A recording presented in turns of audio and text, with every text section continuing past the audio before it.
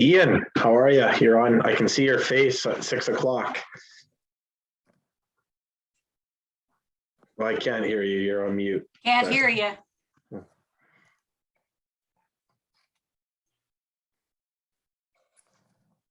Okay, noting the time is 6 p.m. I'm calling to order this regular council. First, I'd like to acknowledge that this meeting is taking place on a traditional territory of the Sinmalas First Nation. First item on our agenda is adoption of the agenda, just noting that page 4 has been corrected in our agenda. I'll make the motion that the January 26, 2022 regular council meeting agenda be adopted as presented. Do I have a seconder to that? Second by Councillor Savage. Any discussion on the agenda? Does anyone know where Councillor Gesselbrock is? No, I do not know. I don't know if he's attending tonight or not. I don't know if anybody through. Well, we waited last week for 20 minutes for Councillor Savage. Are we going to make an attempt to hook up with Councillor Gesselbrock? We can, yes, we can. So what I suggest is we move the, it's been moved and seconded for the agenda. We can just simply vote on the agenda and then staff can make an attempt to reach Councillor Gesselbrock. So I'm going to call the question on the agenda. All those in favor, opposed, it's carried unanimously. Through to Director Coates.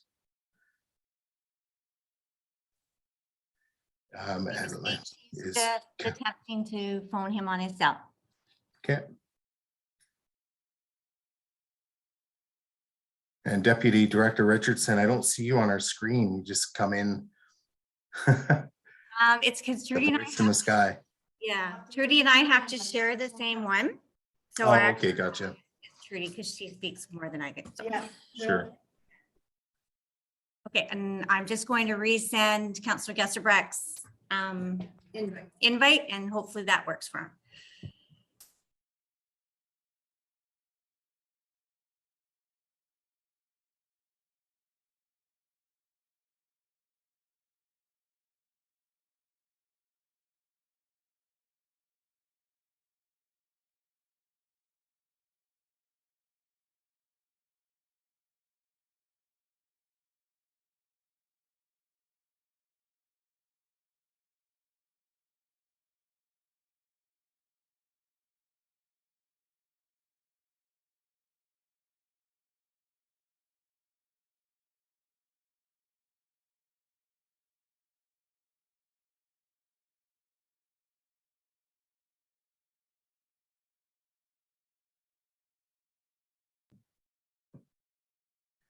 All right, so we'll continue on with our meeting. So next we in our agenda under item 6, general matters, we have a presentation this evening by Julie Pisani of the RDN. She's going to be presenting on basically the freshwater public survey results presentation. So through to you, Ms. Pisani. Thank you very much, Mayor Swain. I'll take a moment here just to load up my screen share, so bear with me.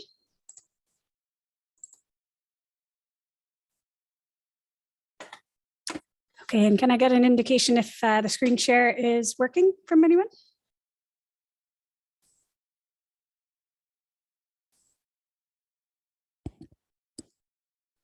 Looks good. Okay, great. So you're seeing just the single slide and not the progression of the slides. Is that correct?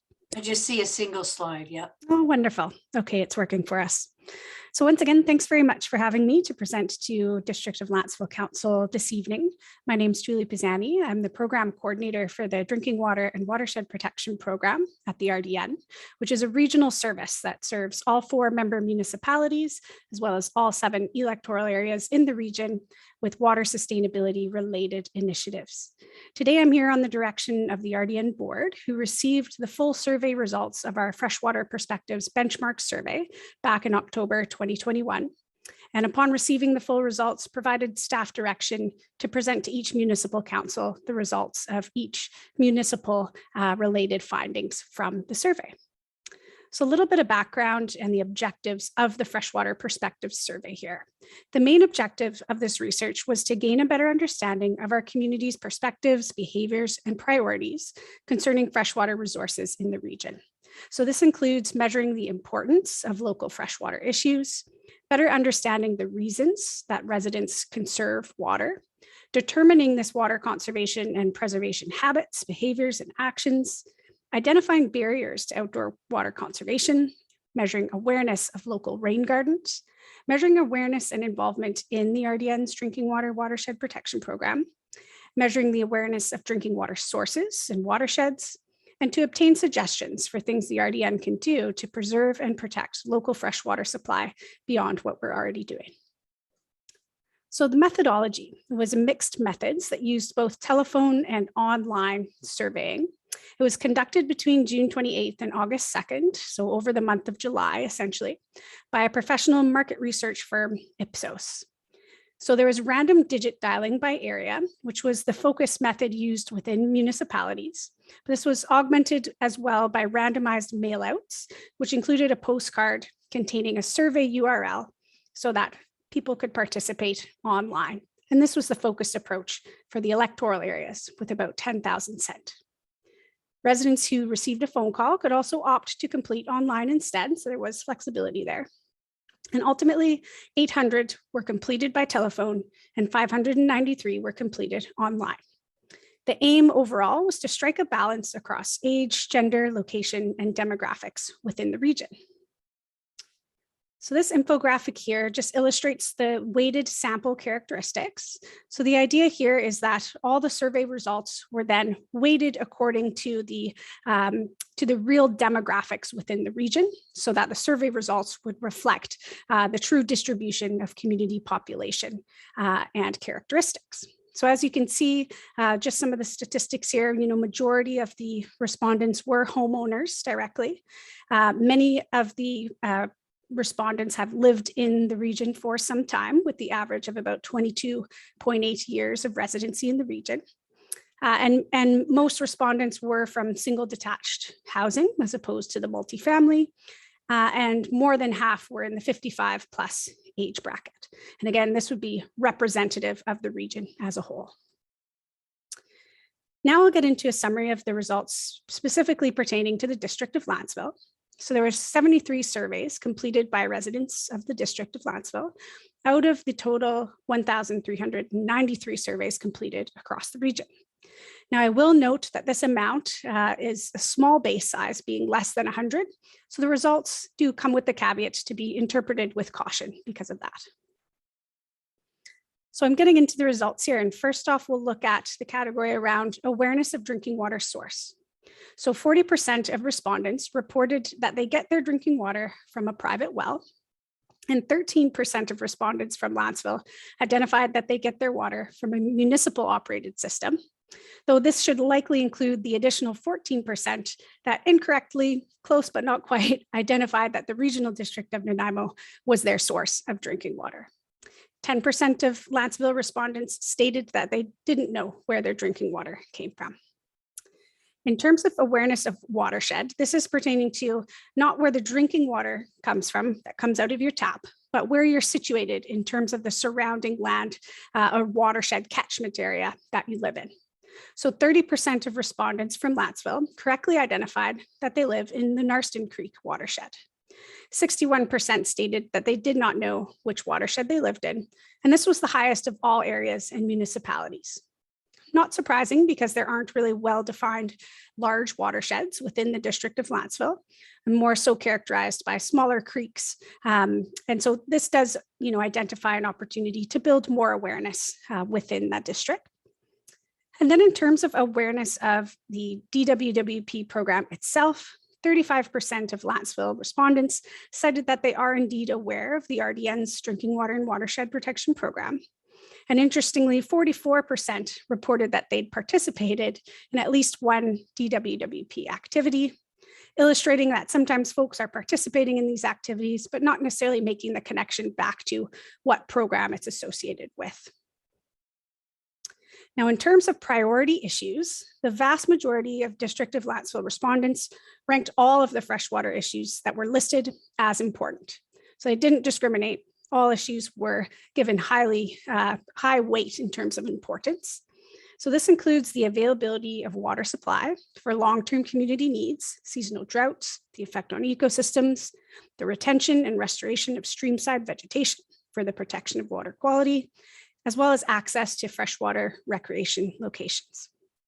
Like all the other areas in the region, the vast majority of Lantzville residents identified their key reasons for conserving water to be environmental responsibility, social responsibility, as well as climate change preparedness. Now looking at water conservation behaviors.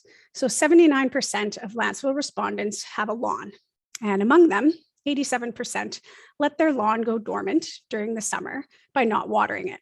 So this is a very strong representation of water conservation behaviors. Those that do water their lawn are among the least likely in the region to have a rain sensor to shut off their irrigation when it's raining or has recently rained. And that was just one of the many water conservation behaviors that were analyzed. We bring it up here just because of the statistical significance compared to other places within the region. 62% of Lantzville respondents have a veggie garden, and compared to other areas in the region, the Lantzville residents were actually the most likely to take at least one desired water conservation action in their vegetable gardens. None of the Lantzville respondents listed affordability, lack of knowledge, a large lawn or landscape as barriers to water conservation, interestingly. And more than the other areas in the region, most Lantzville respondents, 33%, cited that there was none or nothing when asked about what is a barrier to them conserving more water. 26% cited that they didn't know what more they could do to conserve water. Now moving to water protection behaviors, which is focused on water quality. So 24% of Lantzville respondents have riparian areas at their place of residence. And of these, 100% cited that they do not dispose of yard waste along a stream bank, which was identified as an issue elsewhere in the region. So good awareness there. Lantzville respondents were the least likely to cite awareness of rain gardens on properties of nearby businesses, showing that this isn't as prevalent within Lantzville as other areas within the region, perhaps. So wrapping up here, suggestions for the RDN. So the top suggestion, with only 11%, mind you, from the District of Lantzville respondents, for the one additional thing the RDN could do to preserve and protect local freshwater is to manage growth and development. Lantzville respondents were also most likely within the region to cite more watering restrictions at 5% and improved water infrastructure, again at 4%, so low percentages, but still more than other areas, as suggestions for additional things that RDN could do to preserve and protect fresh water. And most, 39%, responded that they didn't know what more the RDN could do. So overall, across the region, for the survey in general, the findings point to a positive uptake of water conservation's behaviors across the region. Some awareness and some participation in drinking water and watershed protection activities, and truly widespread care for freshwater issues. It also identified that there's more work needed to be done to enhance public literacy on the drinking water sources and the home watersheds in which they reside. There's room to improve the uptake of certain water conservation behaviors that we're already encouraging through RDN rebate programs that are available again to municipal as well as electoral area residents, such as drip irrigation, rain sensors, soil improvements, and so forth. There's also the opportunity to expand the prevalence and the knowledge of rain gardens, as well as increase riparian planting among streamside landowners. So next steps. This analysis will be used to help tailor drinking water and watershed protection program implementation to best suit the needs of and address the gaps within the various communities in the region. The 2021 survey will act as a benchmark against which we'll do follow-up surveys to compare and gauge progress and change over time. The RDN anticipates conducting a total of 2 follow-up surveys in the next 2 5-year increments. And that's everything. Thank you very much, and I'll take questions. Thank you for your presentation, Ms. Pisani. Through to council, are there any questions? So I see Councillor Gusselbrecht, you have your hand up, and then we just start a speakers list from there. So go ahead, Councillor Gusselbrecht. Can you hear me? There you go. Yes. You can hear me? Yes, we have you. Thank you. Good. Julie, thank you very much for that presentation. Very clear, concise. My question is, what is a rain garden? How do you define that? Thank you for the question, Councillor Gesselbrock, through the mayor. Yeah, so great question. What is a rain garden? So it's essentially, in sort of simple terms, a depressed or sunken area that collects rainwater, and it allows that rainwater to sink and slowly infiltrate into the ground, as opposed to rapidly running off like it would on pavement, for an example. And often rain gardens are vegetated, so you'll find a lot of native plants and other stones and rocks and materials that are intentionally designed to, again, slow that rainwater, sink it, and infiltrate it back into the ground. We have a lot of what we call swales in Lantzville, ditches alongside the road. Would those count as rain gardens?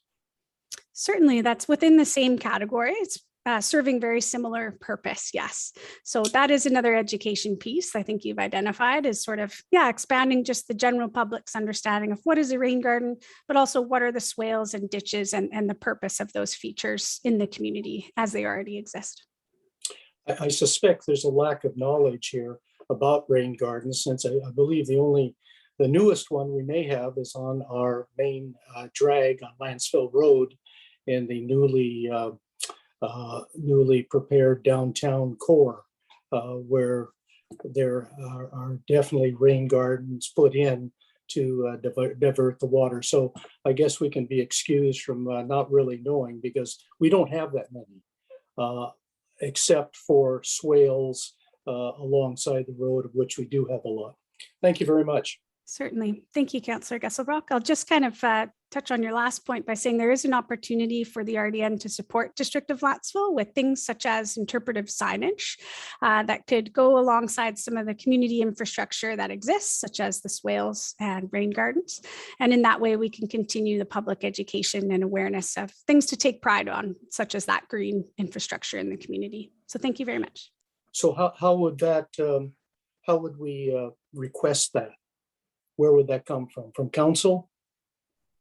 So my understanding is that can kind of happen at the operational level, because that is an action within our endorsed action plan for drinking water and watershed protection. And at the operational level, a lot of those conversations happen through the technical advisory committee that the Drinking Water and Watershed Protection Program has. And we do have representation from District of Lantzville through Director Spears.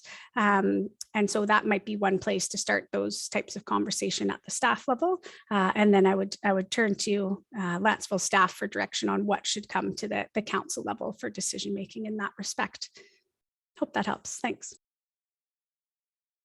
Any additional questions from council? So go ahead, Councillor Savage. Hi there, Julie. Hi there. So I believe with the current infrastructure on the Nanaimo River, it will provide water for about 136,000 people, I read some years ago. And then it would need new infrastructure, dams, and so on. And I heard you give a lot of water conservation ideas for maintaining the integrity of watersheds. But in that context, is there anything as a strategy for limiting the population of areas which could be used as a strategy for preserving the watersheds? Thanks for the question, Councillor Savage. Through the mayor, back to you. So in terms of the RDN's role, I don't believe there is a role in terms of limiting population. You know, that's something that growth and development kind of falls back to, you know, the individual communities in terms of growth plans, official community plans, the zoning and infill development. But what I can say is that the work that we do on water conservation really is targeted at sort of understanding that our population will continue to grow. A water supply is essentially finite. So what we are trying to do within the communities is to reduce demand in terms of improve efficiency, improve water conservation habits, but also make use of technologies that assist with that, and retaining water on the landscape to ensure our groundwater aquifers can be recharged and so forth. So it's a balance of sort of understanding the dynamics of water resources in the region through climate change and population growth, and then encouraging behaviors, technologies, and infrastructures that allow us to make best use of that resource, given the ongoing demands on the resource. So in terms of population, I would turn that back and say that's more of a planning discussion as opposed to directly through our water conservation programming. Yeah, and is there a rough figure as to, with new dams and so on the Nanaimo River, what generally would be the maximum population it could service? Good question. I would point you to Mike Squire at the City of Nanaimo, who's the lead water manager who's working on the water strategic plan for the City of Nanaimo and is more directly involved with the infrastructure with regards to the dam sizing and sort of projections around that. So I wouldn't be able to answer that off the cuff for you just now, but I'm sure if you were to reach out to, again, it's Mike Squire. He's the manager of water operations at the City of Nanaimo, in charge of the dams and working on that long-term strategy right now that might be able to get you the information you're looking for. Yeah, and I believe some land was purchased around the Nanaimo watershed to protect it, which is great. Are there any particular watersheds in the RDM boundaries which perhaps could be better protected that aren't now? Yeah, great question. So I guess the upper watersheds across the region are owned by private forestry companies. So upper elevations being forestry land owned and operated by Mosaic Forest Management. And by and large, those areas are not for sale per se. So I would say the concentration on protecting our watersheds is really through stewardship and collaborative actions to utilize best practices when doing things such as land development, tree harvesting, road building, etc. And I think one opportunity for local governments and regional governments from a land acquisition perspective is through the lens of parkland. And I know the RDN is right now updating the park's strategic plan and looking at criteria for land acquisition and so forth. So while I can't speak to that directly, as I'm not directly involved with that, that would be our parks department. I think there is a role to play in terms of protecting our watershed assets through potential park acquisition, but also really importantly, looking at all the land within the region as it's within a watershed, and all the different land uses play a role in employing best practices for water quality protection and water quantity protection, and really collaborating with whether it's forestry sector, agricultural sector, urban and residential development. There's all a role to play across the landscape in that way. And it doesn't always mean ownership of the land, but rather employing best practices that have those common end goals in mind. So I hope that helps. Thanks. Great, thanks, Joe. Trying to unmute myself. Any additional questions from council? Okay, hearing none. Again, thank you for your presentation, Ms. Pisani. I believe Lantzville has always done a good job with water conservation. I think the numbers in the past have always pointed in that direction. We don't use a whole lot, which is good. And I'm looking forward to Director Spears putting up some of the conservation signage. It'd be interesting to see that go up and for people to slowly learn about what rain gardens are and so on. But if we don't put the signage up, people probably won't learn that important information. So again, on behalf of council, thank you for presenting tonight. Thank you very much. All right, so that takes us on to the start of our consent agenda. So I'll just make the motion that the recommendations listed, actually, before I make the motion, is any item being requested by council to be removed? Okay, hearing none, I'll make the motion that the recommendations listed for items 7A through 7C and the consent agenda be approved. I have a seconder to that. Seconded by Councillor Savage. I'll call the question. All those in favor? Opposed? That's carried unanimously. That takes us on to item 8 of our agenda, so public input. So through to staff, is there anybody registered this evening for public input? No, we do not have anybody registered. Okay, well, that's overdone with item 8 on our agenda. So that takes us into item 9A of our agenda. So we have the Public Works Facility and Fire Hall Design. Someone prepared to make this motion this evening. So Councillor Wilson, go ahead.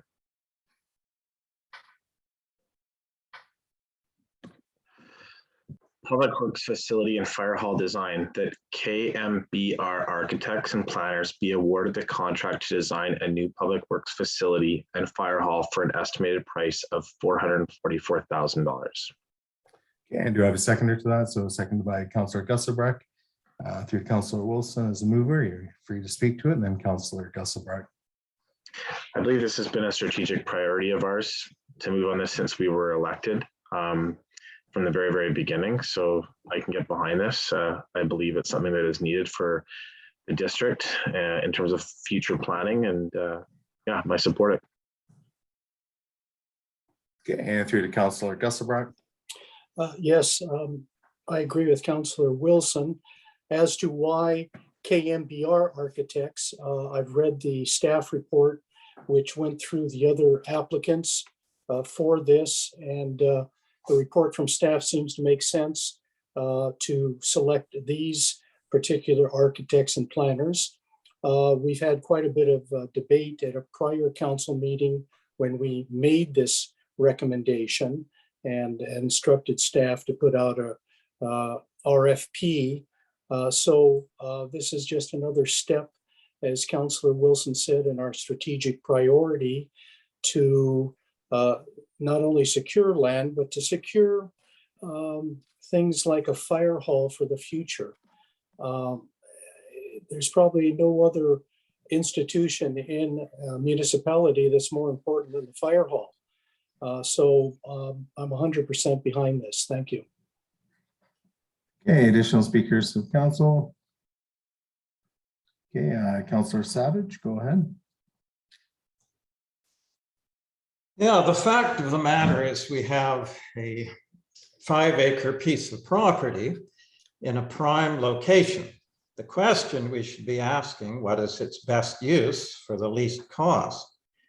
Using a prime location for the storage of public works equipment surrounded by a chain link fence is not its best use. A fire hall is an excellent use because if it's built right beside the forested highways property, the sirens will be more isolated from residential areas. The district is in need of new office space. You could build office space here and lease some of it out to defray the cost of district offices.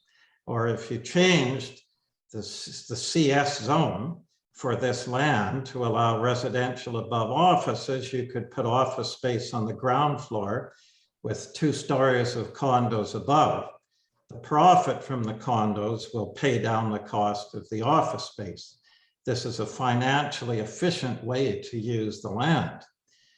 If all the municipal office needs are met on the Clark property, then the municipal hall property in the village could be freed up for other uses.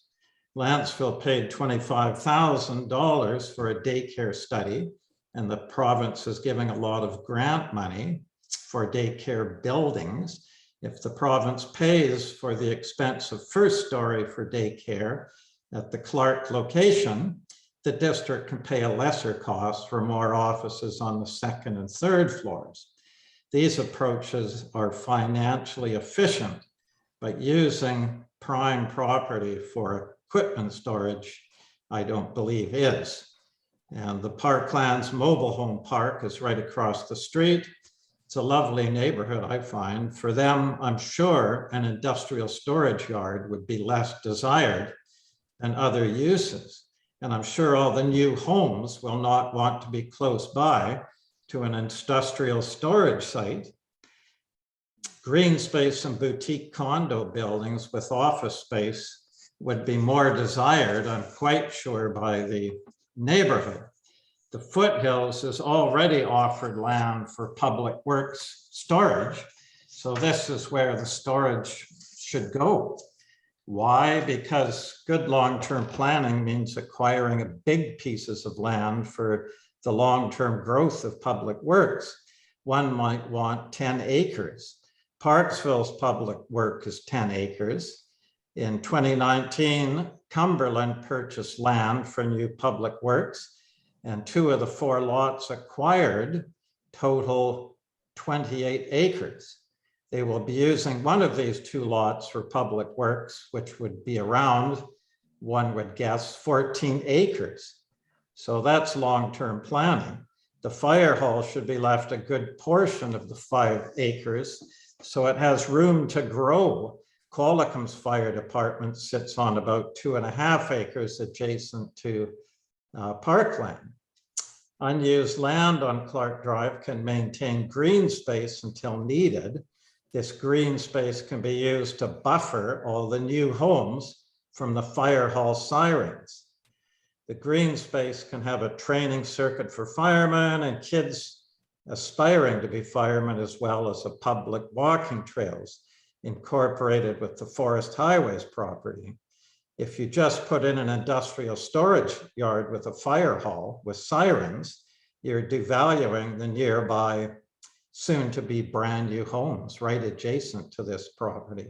So let's arrive at the smartest way to use this 5 acres. Condos over a new district office space produces a profit to pay down the offices and fire hall. And the old municipal hall might produce more income. These are just some ideas. There may be others, but let's make the most of this 5 acres and get the biggest bang for the lowest cost. I don't think we're doing that now. I don't see enough care and thought into this. And now we're being asked to spend almost $500,000 just on a design that I really don't know what it entails. So thank you. Additional speakers on this item? Yeah, I'll speak next. I got a few things to add to this discussion. At this point, I won't be supporting this motion. There's a number of reasons for this. I'm really struggling with, as Councillor Savage has already indicated, the best use of this land.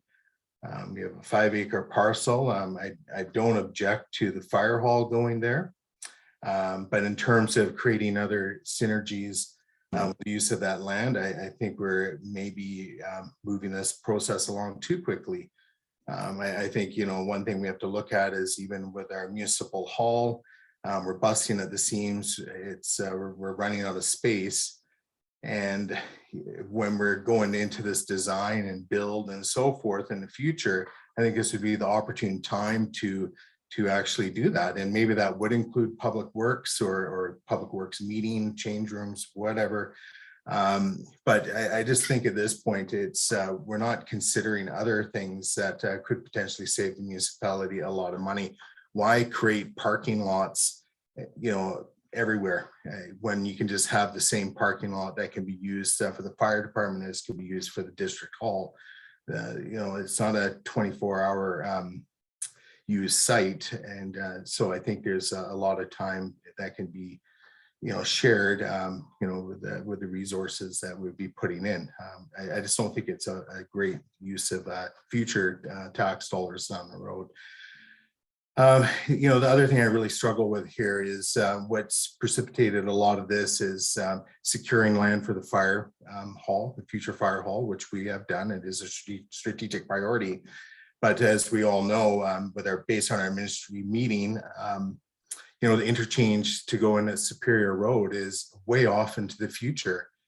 It's not slated. There's no interchange slated for the next 10 years. And then when the ministry does the next 10-year plan, will we even be considered for an interchange at that point? Hard to say. It could be 15, 20 years down the road before the ministry actually takes back that land for the purposes of an interchange.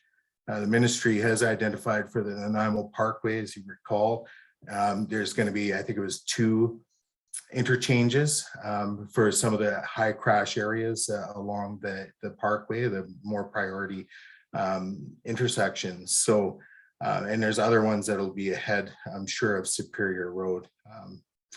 So I really struggle with the timelines.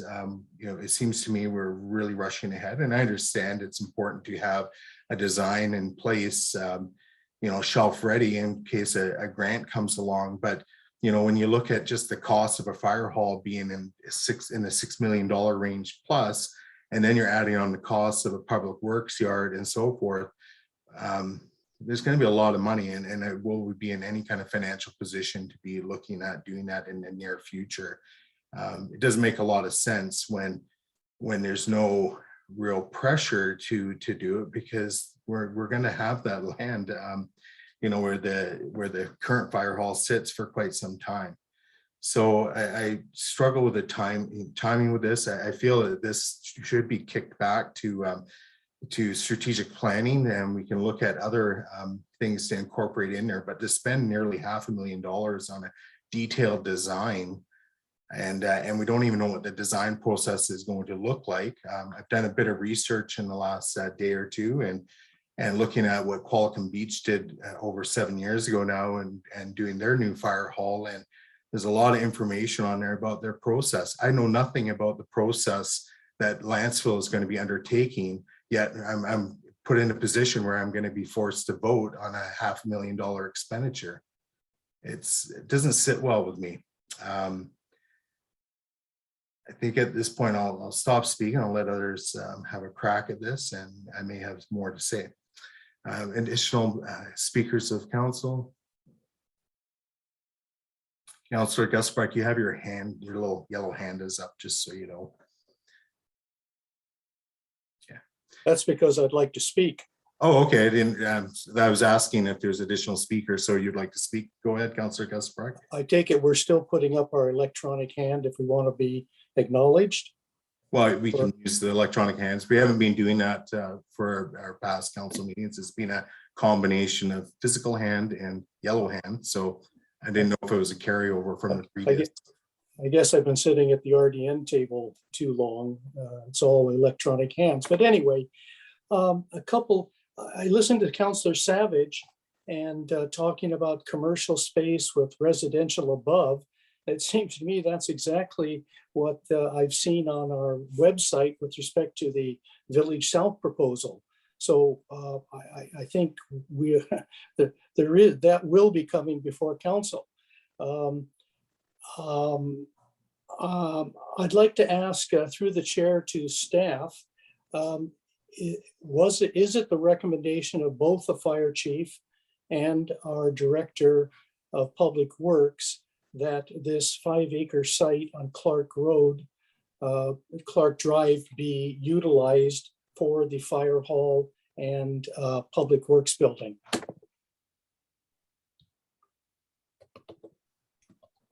Worship, through you to Councillor Gusbach, yes. The answer to that is yes. Both fire chief and the director of public works have said that would be a good location for them. Okay. Thank you. If I may continue, the mayor brought forward the point, this has been part of our strategic priority from when we were elected. In fact, it was one of our main ones to deal with the fire hall, to acquire land. We've been fortunate in that the Clark Drive proposal granted this 5 acres. We have the land. To say, let's wait till the future when the Ministry of Highways decides to put in the interchange, and then we'll look. Maybe too late by then, unless no one's noticed, land prices have been climbing precipitously. I heard the same debate at the RDN council table regarding purchasing a piece of land, and it doesn't get cheaper. So we have been lucky that we have this land. Our strategic priority was to locate a site for the fire hall and the public works building. We have it. The procedure is fairly straightforward. You have to get an architectural plan. And once that's been done, then you look for the money for the rest of the buildings. I recall mentioning when I was on the Noose Fire Protection Society and they were going to build a fire hall, I jokingly said, well, can't we just put up Quonset huts? You know, that would be fine. Obviously, that's not a solution. This has to be done right. I don't see anything in any plans here in Lantzville that we're going to have parking lots everywhere. As far as I know, we have one next to the school and we have one at the municipal hall. So I don't understand that argument. I think we are on the way to creating a vibrant community, and part of it is fire protection. So I would like to see this go ahead. Thank you. Okay, additional speakers.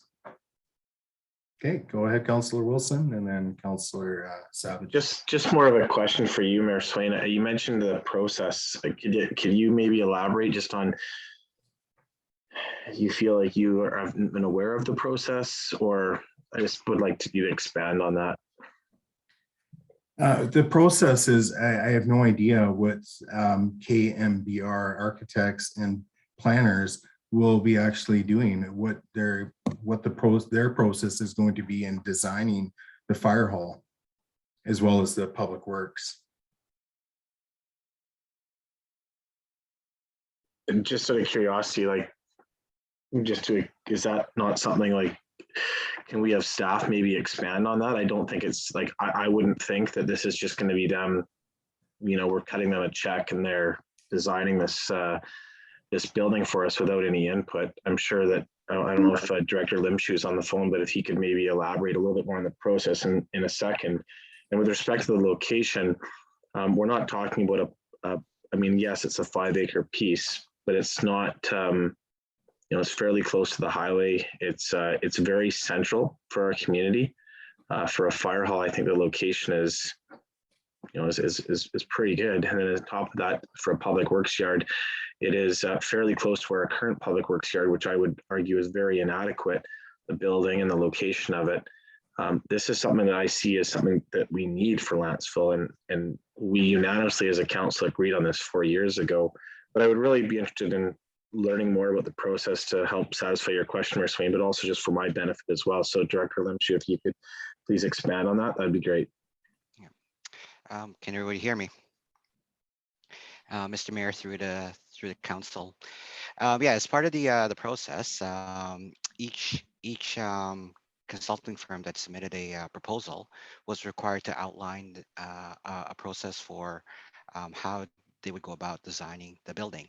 And not to get into the weeds here, but generally speaking, what in all the submissions, each consultant laid out their programming, and a big part of that programming is, first of all, understanding the needs, not just the needs of today, but the needs of tomorrow for the community with respect to fire protection and the public works department. So from a design perspective, the architects would be sitting down with staff, the fire department, as well as public works, to figure out what the needs are, what's required, what the, from an operational perspective, what each department is going to need moving forward. So that would include the amount of space for meeting rooms, washroom facilities, training, storage of equipment, what kind of equipment, how big the trucks are going to be, those sorts of things. And then there would be a discussion around the timing, because we are talking about two distinct departments, fire versus public works, and whether or not it be one building versus two, and discussing those kinds of scenarios. So there's going to be a collaborative approach, if you will, with respect to the way the architects come up with their final design for the municipality. So it's discussions around not just the functionality of the building, but also the look of the building, where it's sited, and, you know, to the points that have been discussed here, the future needs. So making sure that there's the ability to expand as the district requires.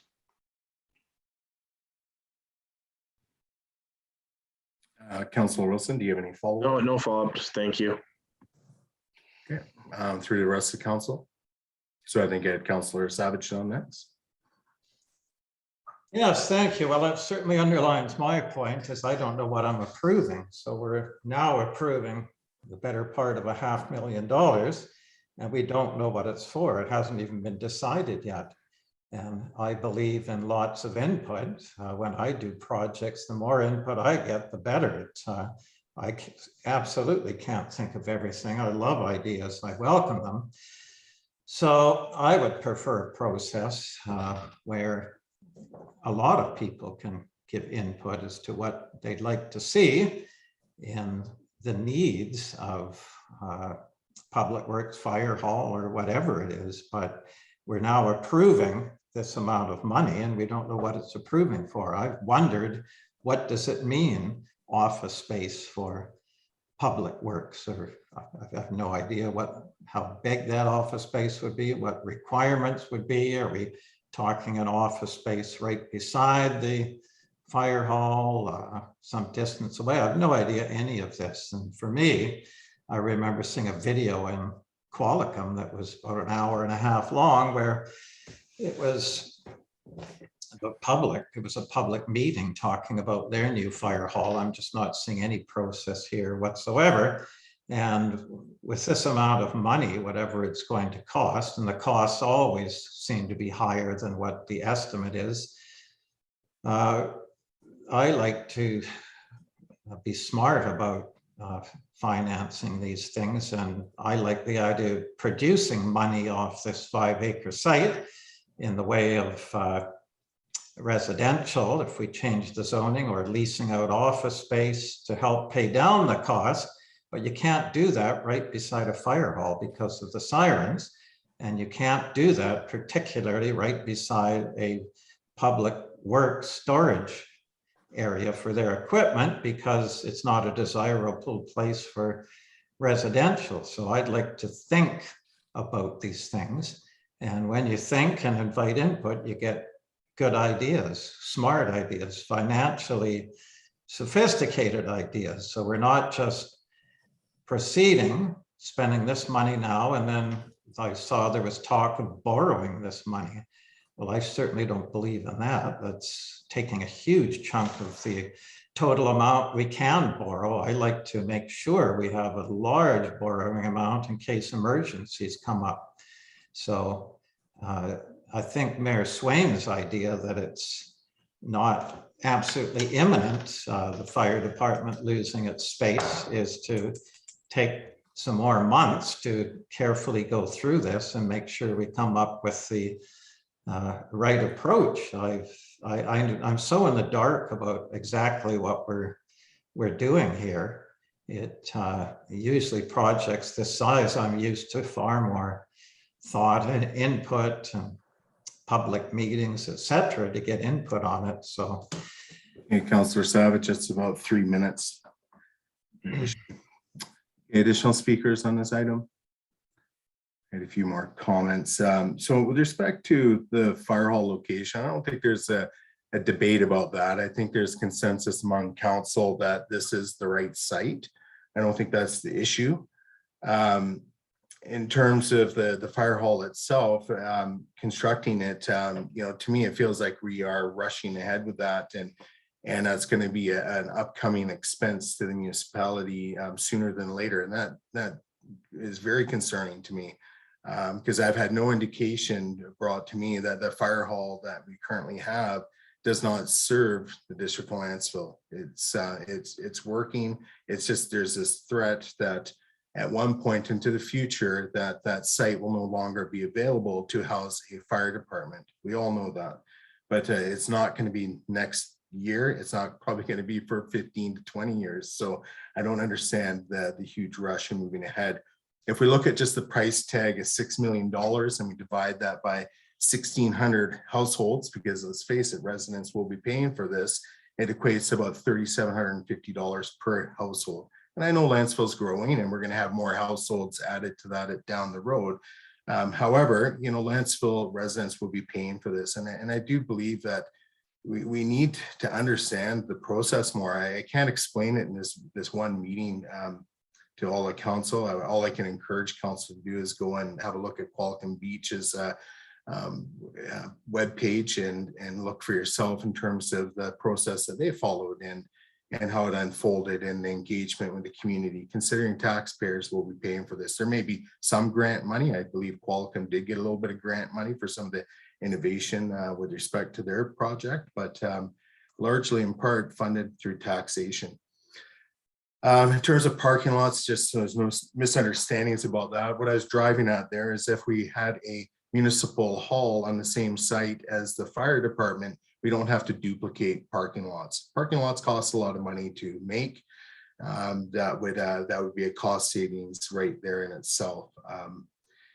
So anyways, I'm not going to be supporting this. It's I just feel like there's not enough information to make a clear, sound decision on this. I believe this council has met its strategic priority. We have secured a site for the fire department. I say we leave it at that point until we can have some more fruitful discussions on how to move forward and the best planning of that site. And also that best planning of the site does include what the community has to say about it. That's 5 acres for the community. That was a community amenity contribution. Sure, the community is going to see a fire hall on there. It serves the district in that capacity, but what about the rest of the planning on that site? At this point, I see the community being cut out of that process because I, again, don't understand how this is going to truly unfold. So those are my comments. Any additional speakers from council? Okay, before we move to a third time speaker, okay, Councillor Savage, go ahead. My hope for Lantzville is it becomes an innovative and technologically green leader in not only BC, but Canada. And I know the Qualicum Fire Hall, for example, has incorporated a big contingent of solar power, which is not only good for saving energy, but for emergencies. It allows one to carry on if the electricity goes down.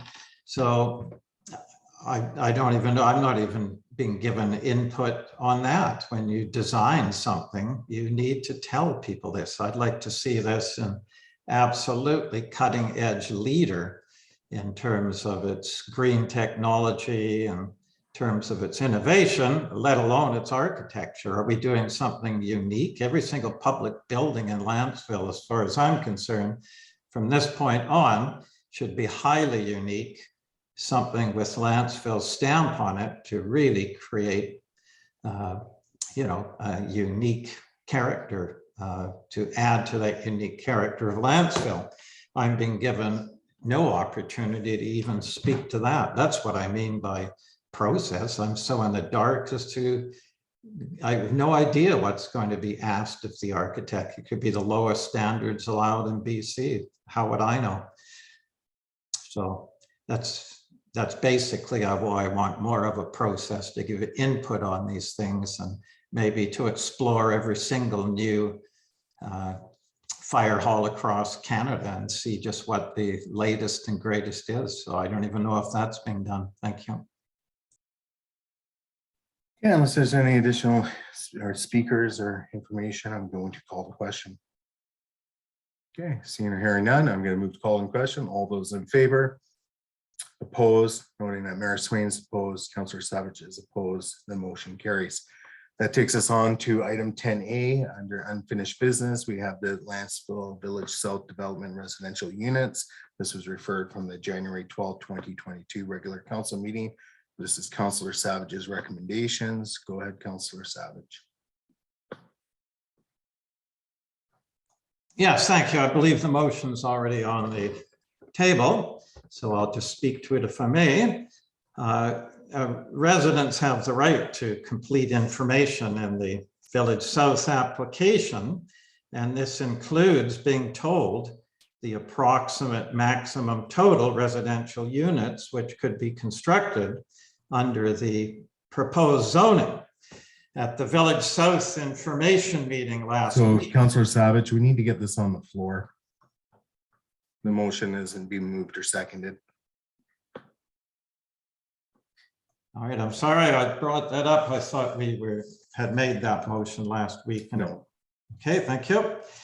So I move that staff publicize within 7 days the approximate maximum total number of residential dwelling units which could be possible to achieve within the proposed zoning for the current Village South development application. And do we have a seconder for this? Okay, I will second it. Go ahead, Councillor Savage.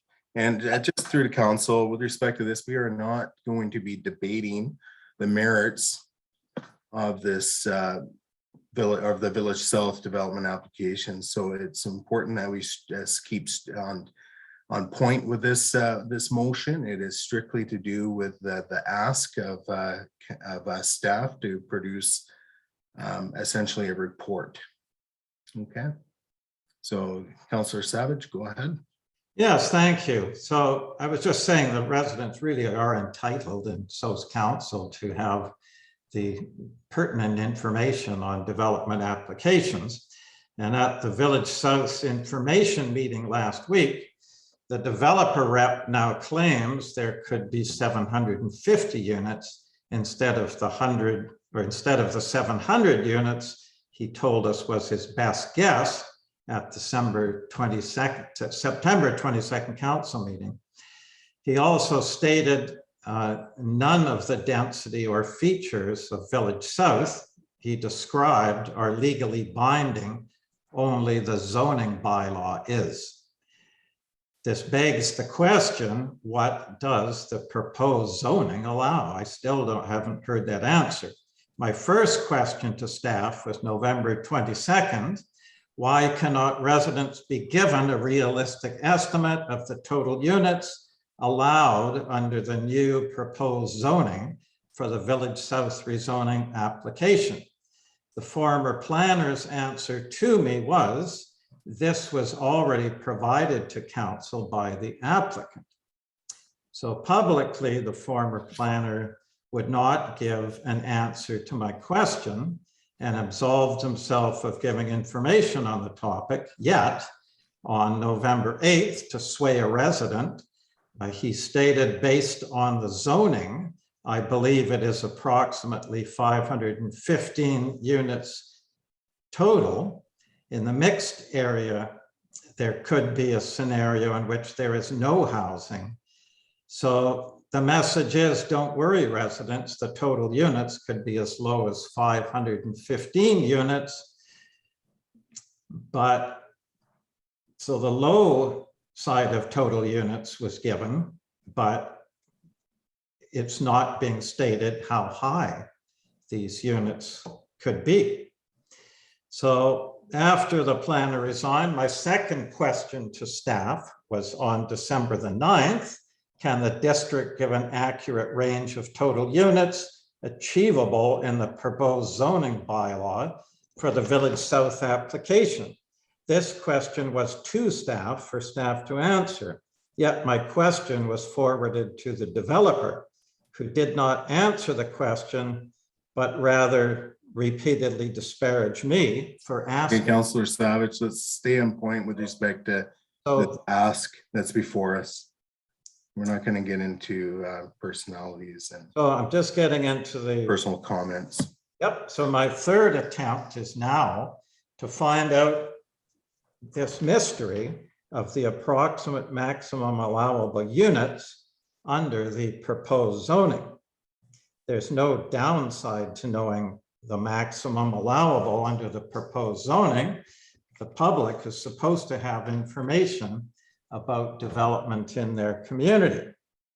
So numbers matter. If neighbor Frank wants to build next to Mary, obviously Mary is going to care whether Frank builds a 24-unit apartment or if he builds just 2 houses.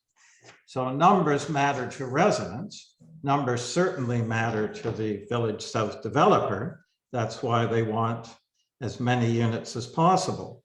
Hey, Councillor Savage, I'm going to stop you there. It's, unless you got to stay on point with respect to, it is simply an ask of staff to calculate numbers. Yeah, so I'm just trying to give the justification of why it's important we get those numbers. So that's why I'm giving some history to this, as I've tried and tried asking. And my point being is that the numbers are important in one aspect, not important to another. So I think it's extremely important. So since the developer rep said the only thing which legally counts is the zoning, we must be told what the zoning allows, is my point. Yeah, I think your time is up anyways there, Councillor Savage. Excuse me. I'll keep my response very brief. I think the request is pretty straightforward. This is information I would like to know, and rather than myself calculate it, where I don't have the expertise as a municipal planner, let's let the person with the qualifications do the accurate calculation. So I have it, the rest of council has it, and the community has that information. So I can support the motion. Councillor Gusselbreck, I see your hand is up. Yes, through you to staff, is staff intending on bringing forward a report at the February 9th meeting with respect to the Village South project? Through Mr. Mayor to council, that is correct. It is the intention of the planning department to bring forward a report for this specific development application. In that report, it'll be speaking to a number of items, outstanding items that was previously addressed and requested by council at previous meetings. One of those items will certainly be this question around the maximum number of units. Thank you. Based on that response, I would like to move that we refer this motion to the February 9th meeting of council.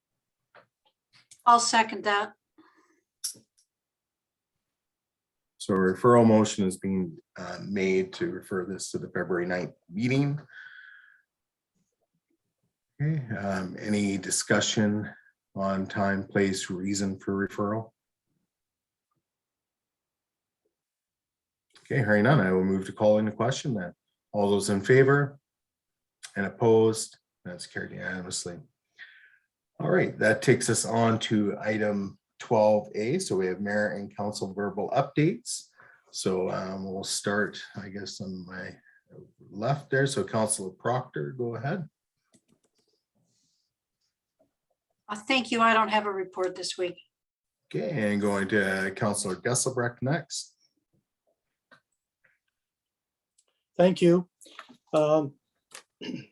With my RDN hat on, I'd like to report that the RDN is moving closer, RDN Transit that is, to establishing this route from Nanaimo to Duncan, which is the first leg of what will be a whole Southern Island route going eventually down to Victoria. So my best information at this point is that starting in March of this year, there will be a service from Nanaimo, from North Nanaimo all the way down to Duncan.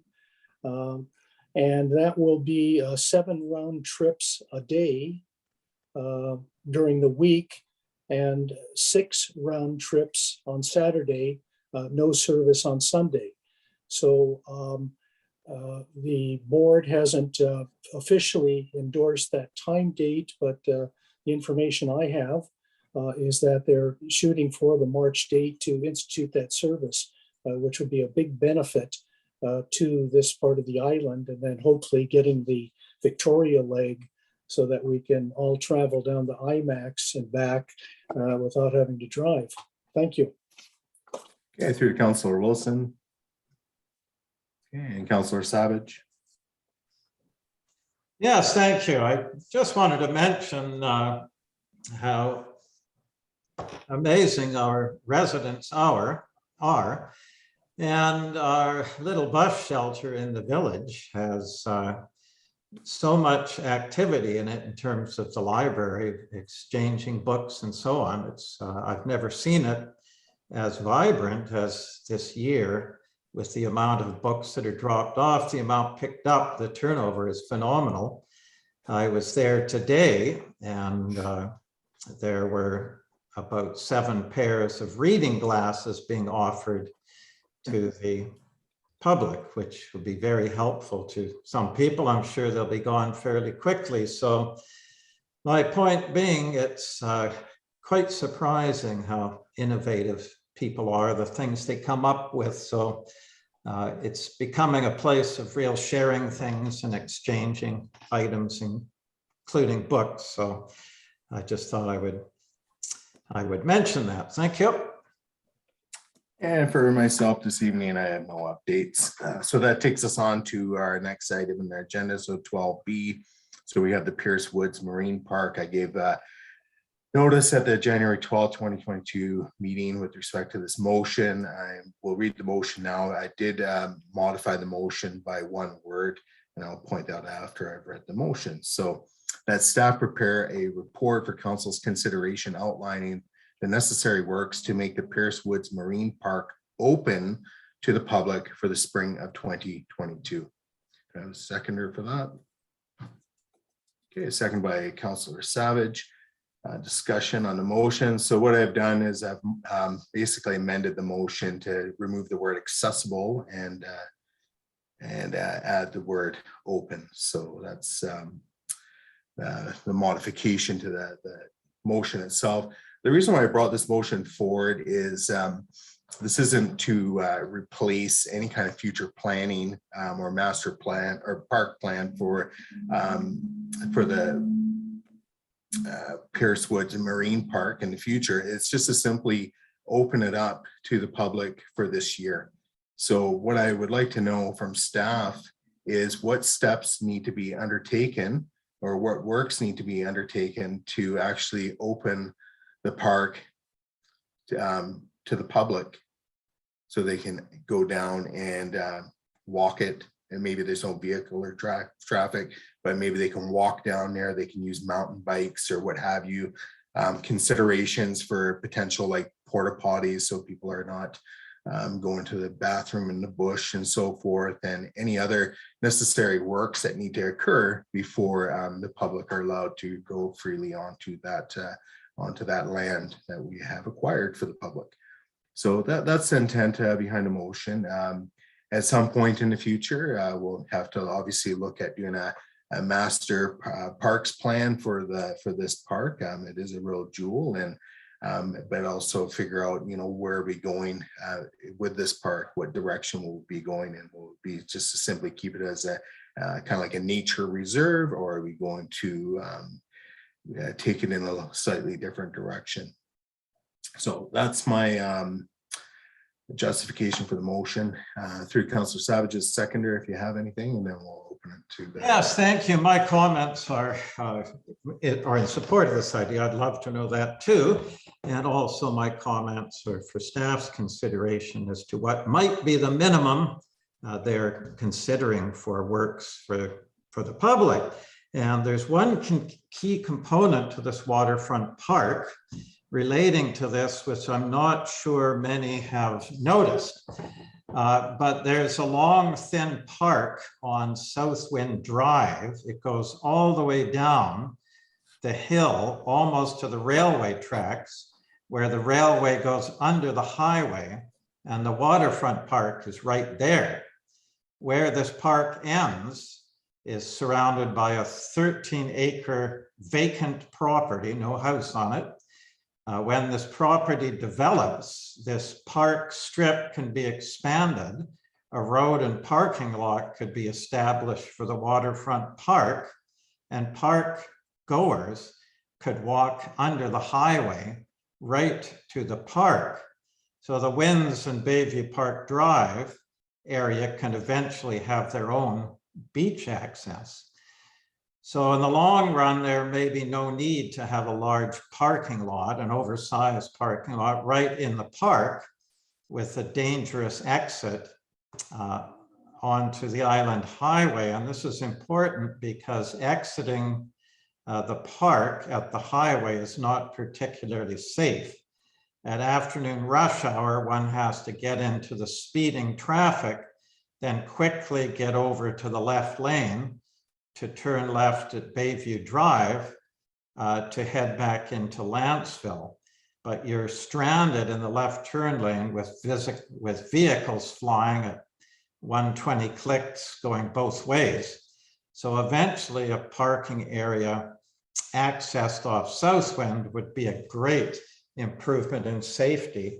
So hopefully this can be considered while doing the minimum works on the park for public accessibility, maybe some temporary parking with parking mats on the grass, that sort of thing.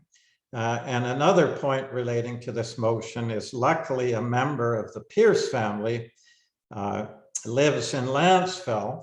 He's lived on the property and has offered to be involved in providing information. So he can be contacted for all this information before works begin, and he's willing to do that. So I can give his contact information out of camera. He knows about the water well, the history of the structures, which outdoor structures are yellow cedar, etc. And I'm certainly in agreement with Mayor Swain about eventually getting a master plan for this park. This is just about the minimum needed for accessibility. And my hope is all the structures and so on are preserved until we can have such a master plan. Thank you. Okay, go ahead, Councillor Proctor. Thank you. I think that I think it's fair to say that everyone would like to see that park made useful as soon as possible. But I think we're putting the cart before the horse. I think we need to have a strategic planning session where we talk about what sort of uses we want to see for that park, what sort of access. Do we want washrooms? Do we want shower buildings? Do we need parking?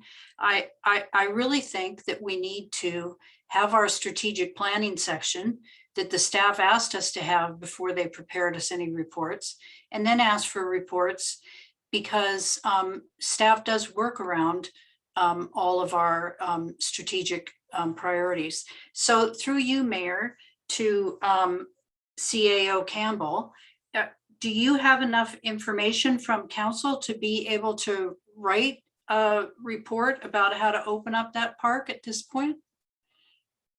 Through your worship to Councillor Proctor.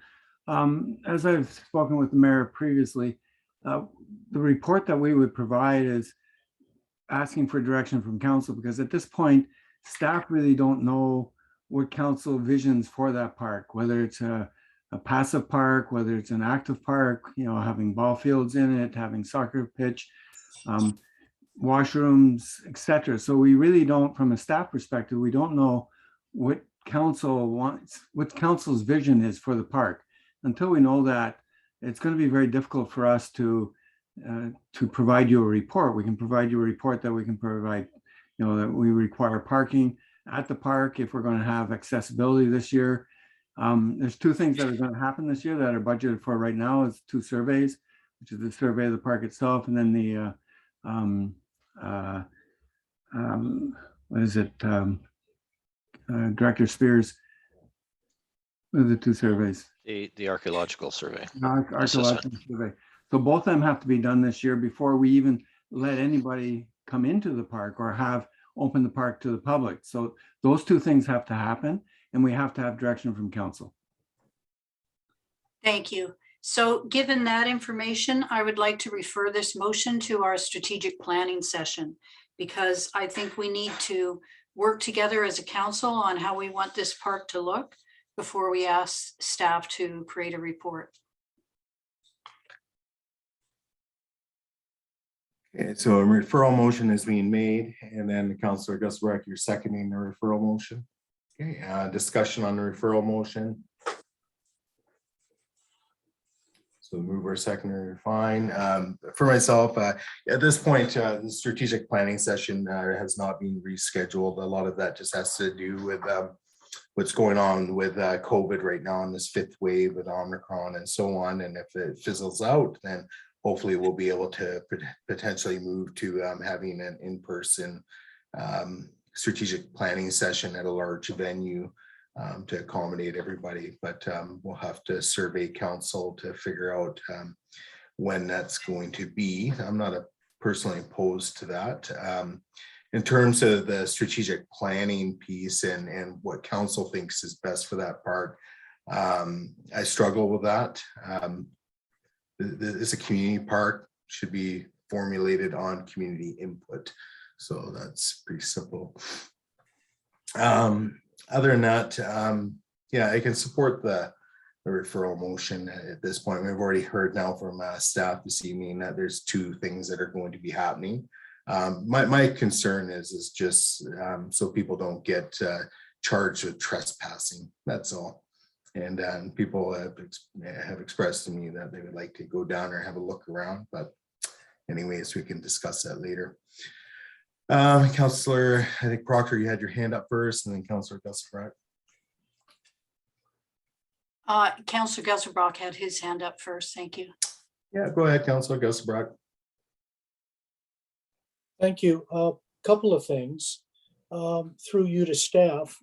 Are there signs down there now saying no trespassing or something indicating that it's not a public park yet?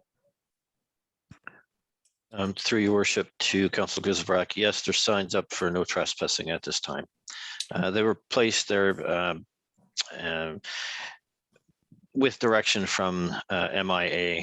There's several things that has to be done down in the park, and removal of some footbridges and some other things, but we can't remove anything until we get a survey and an archaeological assessment done from that perspective. So that's kind of where things are at right now.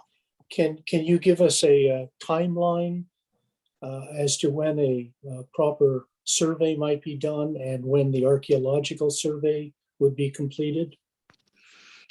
The survey, the physical survey would probably be about 6 weeks. And then we would move into the archaeological assessment. And archaeological assessments, so you can't really put a timeline on them. It all depends upon what is found while they're doing those assessments. So I'd be hesitant to actually give you a timeline on that. Finally, let's say that something is found that's of archaeological interest to the First Nations. At that point, do the First Nations, namely Sanawas, become involved with their own archaeological investigations? Through your worship to Council Gusselbrock, it's not always, they will be involved right from the beginning on the archaeological assessment. They'll have an individual on site with the archaeological professional to do that assessment. Okay, thank you. Okay, Councillor Proctor, go ahead. Thank you. I just wanted to add that I thought that part of our strategic planning process would be deciding how the public input process was going to look. That's, I mean, I know that's an assumption. I haven't discussed that with anybody, but that would certainly be my hope for what we would do as part of our strategic planning around this park. Okay, unless there's any new information with respect to the referral motion, I'm going to call the question. Okay, hearing seeing none, I'll move to call in question. All those in, you're voting, Councillor Gusselbrock? Yep. All those in favor and opposed, that's carried unanimously. All right, it takes us on to 12C. So we have the Dickinson Road Speed Survey. Councillor Proctor has a recommendation. Go ahead, Councillor Proctor. Thank you. That the Dickinson Road speed limit survey documents, distributed for the Council January 11th, 2022 Community Safety Standing Committee meeting be placed on the February 9th, 2022 regular council meeting agenda. If I have a seconder, I could speak to that. Okay, second by Councillor Gusselbrock. Go ahead, Councillor Proctor. I think, for instance, if this information was brought forward tonight, it's, I'm guessing, I mean, maybe something will happen, I don't foresee, but I'm guessing the meeting would be over at 7:30, so we would have had plenty of time to deal with that issue. We asked people for their input. I'd like to deal with it. And I think the most efficient way for us to deal with it is put it on the next regular council meeting agenda. Okay, and for the seconder, anything else? And through to the mover, Councillor Proctor, are you intending to bring an additional motion to the next meeting to suggest what to do with this information, or is it just to have it on the next council meeting agenda to I receive? thought we were going to receive the information. Okay. All right, that's good enough for me. Any further comments from council? Okay, Councillor Savage, go ahead. Yes, I won't be supporting this. There's a proper process, and that is items created in the standing committee are decided by the standing committee with the recommendation to council. We should not be arbitrarily picking and choosing the odd item to bypass the committee. There's nothing pressing about this issue that it should bypass this process. There's not a clear majority of support for reducing the speed limit on Dickinson, but this should be discussed and decided at the committee following proper process. Perhaps there are other solutions to discuss, but again, once you form a committee, you should stick to the procedures of that committee, and this emanated from the committee and we haven't dealt with it yet. So it's not so pressing. We can't deal with it at the next standing committee meeting, which was postponed. There'll be another one coming up. It could be sooner rather than later. I don't know. And if someone wants the survey results publicized, then they can be put on the district website if people are interested, and they're already on the agenda for the next standing committee meeting. So I'd rather stick with process here, and otherwise we're setting the precedent that every time something comes up in the committee, that they can just be, before it's discussed, just put on a council agenda. So, and for example, the Alds Road, all the foothills traffic, we're waiting for that to be amended in the bylaw to come before the standing committee, so the construction traffic is more safely directed to the foothills. That's another important item as an example, but we're not shifting that one to a council meeting. So I would suggest, please, that we just keep the process we have, and as soon as we decide something in the committee, we refer it to council, then formalize our decision there. Thank you. Any additional speakers on this item? Hearing none, I'll move to call in question. All those in favor and opposed?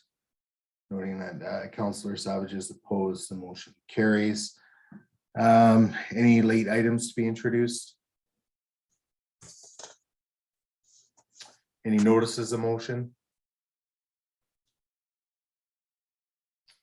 And through to staff, any public clarification?